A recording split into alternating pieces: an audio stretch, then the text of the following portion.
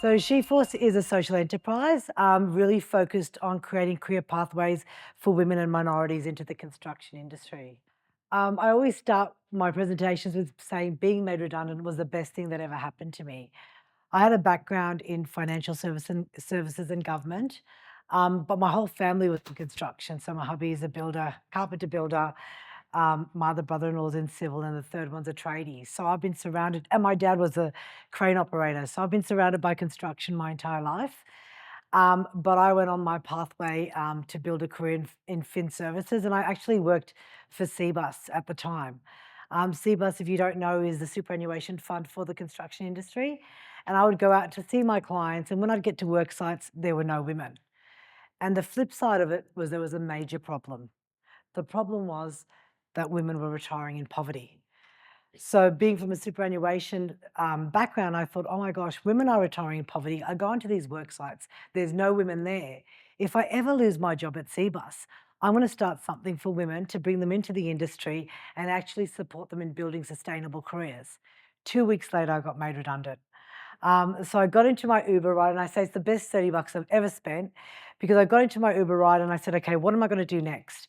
I'm going to start something for women. I'm going to start a recruitment labour hire business that's focused on bringing women in. I'm going to, what am I going to call it? It's going to have a force like a G-force. And I went, oh my gosh, She-force. So I got out of my Uber, and my husband was there to console me and say, don't worry, it's going to be fine. And I just sort of looked at him and I went, oh, actually, I know it's going to be fun. I'm starting She-force. And he was like, what are you talking about? And I said, I'm really going to support women and minorities in building sustainable careers in construction. So fast forward, like, I think it was 3 days after I'd got made redundant, I applied for my labour hire license, and I started to build my brand. And that's when I met Kiri, because I'd built this brand. Oh, actually, I met him probably 6 months in, and he looked at my brand and he went, that's clip art. And I said, yeah, I know it is, but I have no money. So he helped me actually do my wonderful logo. But as I said before, women over 50 are the future face of poverty in Australia.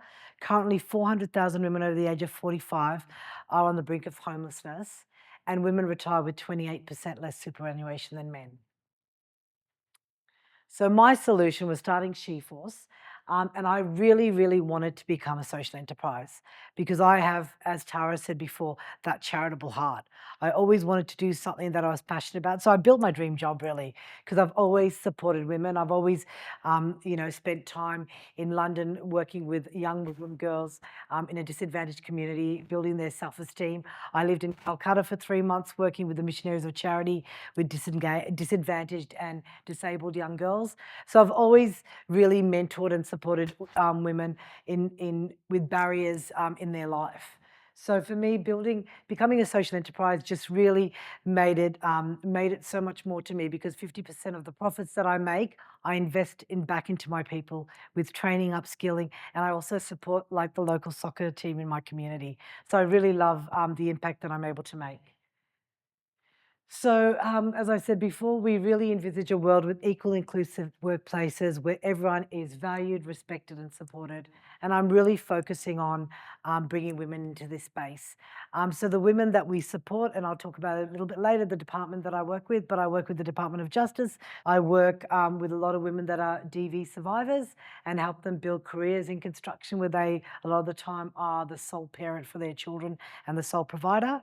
I also work with the Departments of Fairness and Housing, Fairness, Families and Housing, to help people living in social housing build careers. So 80% of my workforce, take a step back. I offer recruitment services, labour hire services, and I'm also just become a group training organisation, which means now I'm going to be supporting the next generation of apprentices and trainees onto the big build projects. So really, really exciting about being part of this industry, being part of the transformation with this industry, and really supporting women and minorities. The minorities that we work with are not only non-binary people, but also people from Indigenous backgrounds, people who I said before were ex-offenders, or people that come from social housing or are migrant workers, and really helping them to build sustainable careers. So what differentiates Sheforce? As I said before, 50% of our profits are reinvested back into our business to really provide support and training for our people. A big part of it is I'm very passionate about financial literacy. I'm getting women into this space, but I'm also educating them on what to do with that money and the power of managing their money, the power of superannuation, and how they can make it work for them in retirement so that at the end of their career, they retire comfortably and with dignity and not in poverty. When I first got into this space, so we're going to be 4 in May, but when I first got into this space, I looked at there was a real issue. We were trying to attract and recruit women into the industry, but we really weren't. The government wasn't really doing a really good job of it. They were doing a few campaigns, but nothing was really sticking within. So I thought if I can partner myself, I'm just a small social enterprise, but if I can partner myself with an organisation that has stood the test of time, like Kangan Institute, then I can build a career pathway program to get women in. So I built this in 2023 with Kangan, and it was such a success that last year we actually did it in partnership with the Level Crossing Removal Authority, and I was able to get 8 women to do this construction starter program and place them on all rail crossings across Victoria. So it was a real success in this space, and it was a real solution to the problem of bringing more women in. The challenges that we have faced so far, so I have to acknowledge that not all women face the same barriers. I know that I'm privileged, I know that I'm educated, I know that I'm born in Australia, and I know that I've got a really supportive family. So these are the challenges that I personally faced in this industry. Resistance and the fear of change within the industry, lack of support from some of the subcontractors that I work with, indifference from some of the subcontractors that I work with, and also statements like, we've always done it this way, women are taking men's jobs.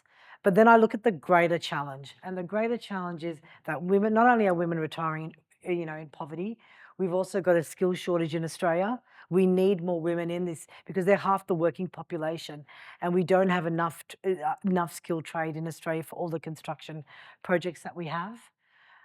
There's also a high suicide rate of men within this industry, so the men aren't even safe. Every second day, a man takes his life within this industry because they don't feel safe or supported at work.